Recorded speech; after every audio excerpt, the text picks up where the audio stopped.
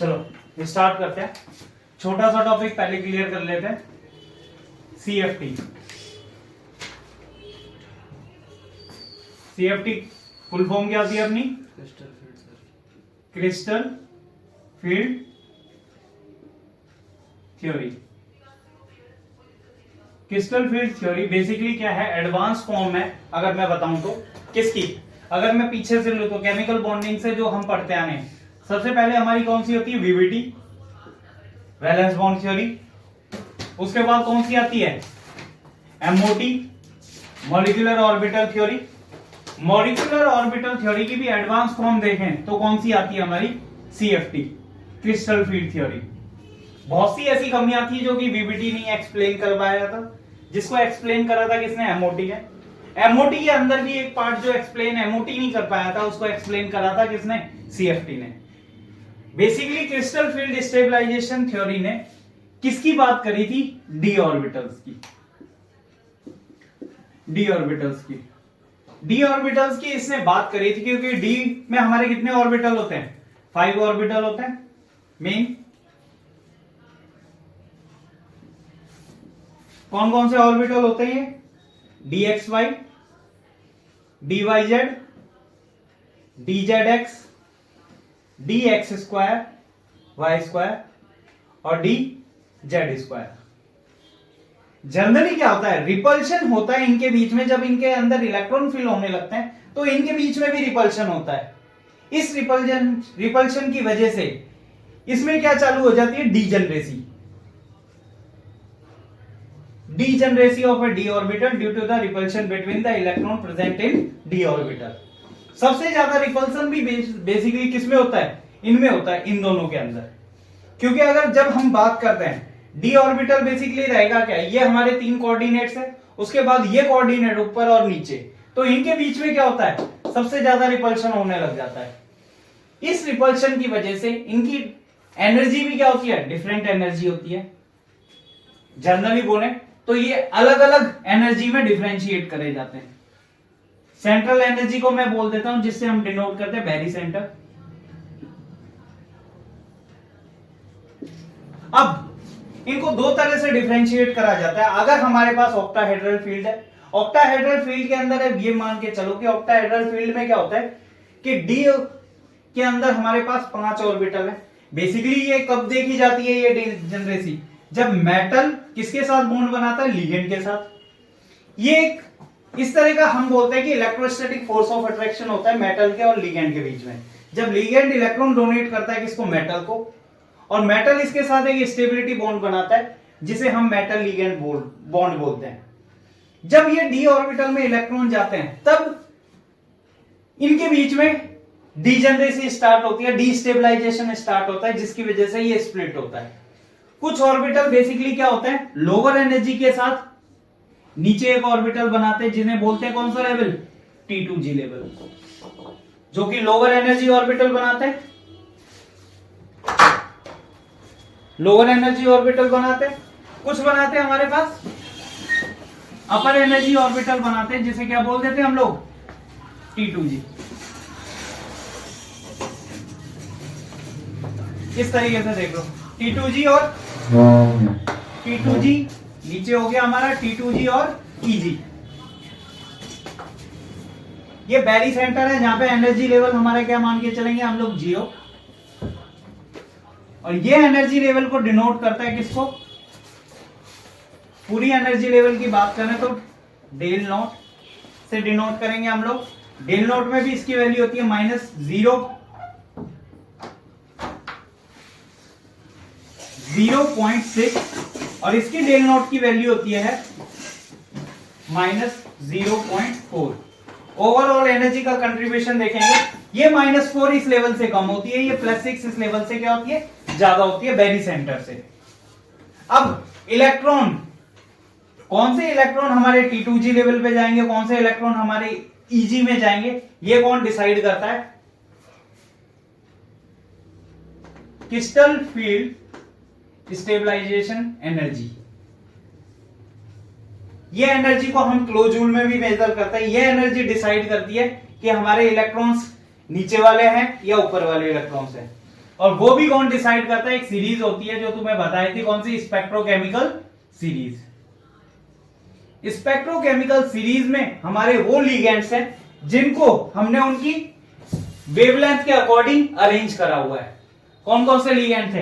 अगर strong field ligand की बात करूं, स्ट्रॉन्ग फील्ड लिगेंड में हमारे थे CO, CN, याद है कुछ? इथिलीन डायमाइन, अमोनिया, इस तरीके से ये स्ट्रॉन्ग फील्ड लिगेंड थे। दूसरे हमारे आयोडीन, ब्रोमीन,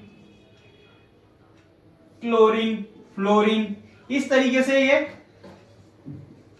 लिगेंड हमने अरेंज करे थे। बीच में कुछ और भी आ जाते हैं, ऑक्सलेट भी आ जाता है, ऑक्सलेट से पहले वाटर भी आ जाता है। ये मॉडरेट सीरीज थी हमारी। ये स्पेक्ट्रोकेमिकल सीरीज क्यों बोलते हैं?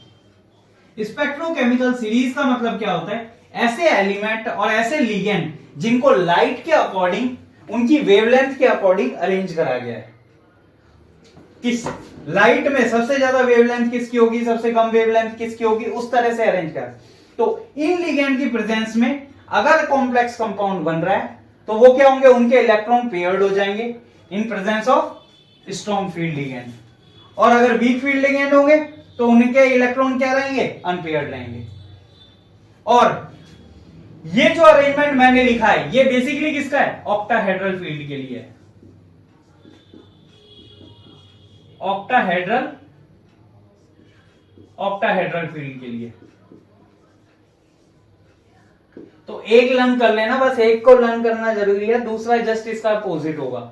ऑक्टाहेड्रल फील्ड के अंदर हमारे देखो, अगर मैं सीधा सा सिंपल सा एग्जांपल ले लेता हूं, एक एलिमेंट ले लेते हैं हम CO CN 6-3। हाँ कार्तिक बताओ क्या? एटॉमिक नंबर कितना होता है कोबाल्ट का? 27। कितना? 27 एटॉमिक नंबर हो गया किसका? कोबाल्ट का। कोबाल्ट का इसमें ऑक्सीडेशन नंबर कितना है? -3 +3 आ रहा है समझ में? कोबाल्ट पे अगर मैंने +3 रखा तो डी के अंदर कितने इलेक्ट्रॉन आएंगे?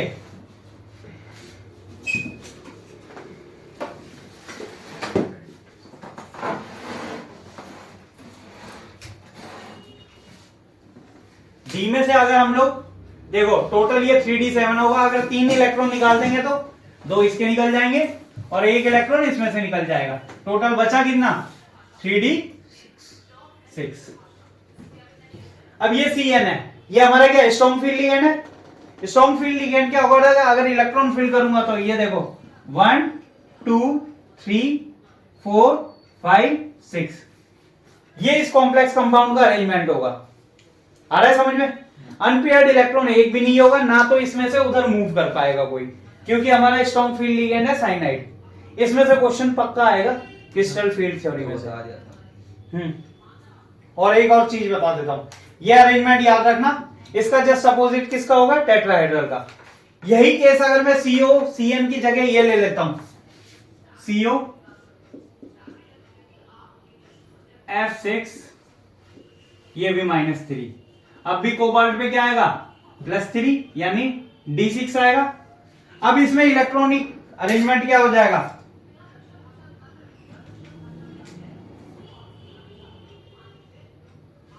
वन 2 3 4 5 और ये 6 किसके केस में? स्पेक्ट्रोकेमिकल सीरीज के अकॉर्डिंग अगर तुम्हारे पास लिगेंड प्रेजेंट है कौन सा? फ्लोरीन, जिसे हम लीस्ट रिएक्टिव बोल सकते हैं स्पेक्ट्रोकेमिकल सीरीज में, तो इसमें इलेक्ट्रॉनिक अरेंजमेंट ये होगा। हम कई बार क्या करते हैं, क्रिस्टल फील्ड स्टेबलाइजेशन थ्योरी के थ्रू इसकी एनर्जी भी निकालते हैं। एनर्जी कैसे निकालते हैं बता देता हूं, वो भी जो पहले नहीं बताया था। क्रिस्टल फील्ड स्टेबलाइजेशन एनर्जी के लिए भी हम लोग क्या करते हैं, जितने नंबर ऑफ इलेक्ट्रॉन प्रेजेंट हैं जिस लेवल में, उसको मल्टीप्लाई कर देते हैं उसकी एनर्जी से। आ रहा है समझ में? इसमें नंबर ऑफ इलेक्ट्रॉन कितने हैं? 4 है, 4 को मल्टीप्लाई कर दूंगा किससे? 0.4 से, लेकिन वो माइनस में वैल्यू आएगी। आ रहा है समझ में? और इसको किससे मल्टीप्लाई कर दूंगा? किससे? 0.6 को मल्टीप्लाई कर देंगे 2 से, तो ये आएगा हमारे पास ऑलमोस्ट 1.2। ये कितना आएगा? 1.6। आ रहा समझ में? लेकिन माइनस में। Overall crystal field stabilization energy हमारी किस में होगी? माइनस में होगी, अगर इसे माइनस कर देंगे तो। आ रहा है समझ में? अगर क्वेश्चन कभी आए क्रिस्टल फील्ड स्टेबलाइजेशन एनर्जी भी निकालो, तो जितने नंबर ऑफ इलेक्ट्रॉन प्रेजेंट हो उसको इससे मल्टीप्लाई कर दो उसकी एनर्जी से।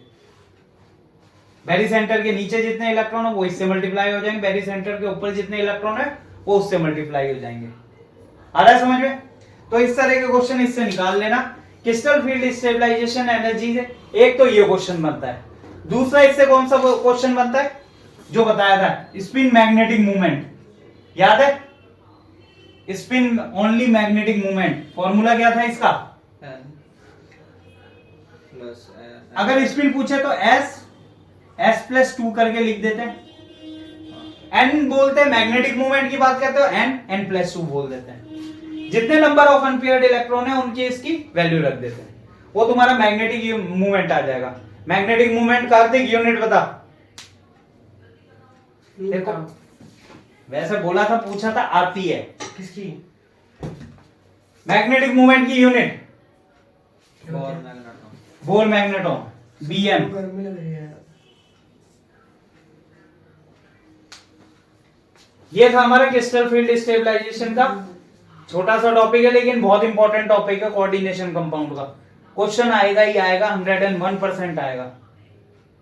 हाँ से नहीं होता, कुछ भी करना पड़ेगा। तेरे से 2 क्वेश्चन पूछे थे, दोनों ही नहीं आते। आता है ना एक, वो वाला सही बताया था। क्या बताया था? एटॉमिक नंबर 10 घंटे लग रहे थे तेरे को। ऑक्सीडेशन नंबर बताया था, दूसरा ये पूछ लिया। आ रहा है समझ में? इसको लर्न कर लेना। चलो इसके लिए इतना ही रख लेते हैं।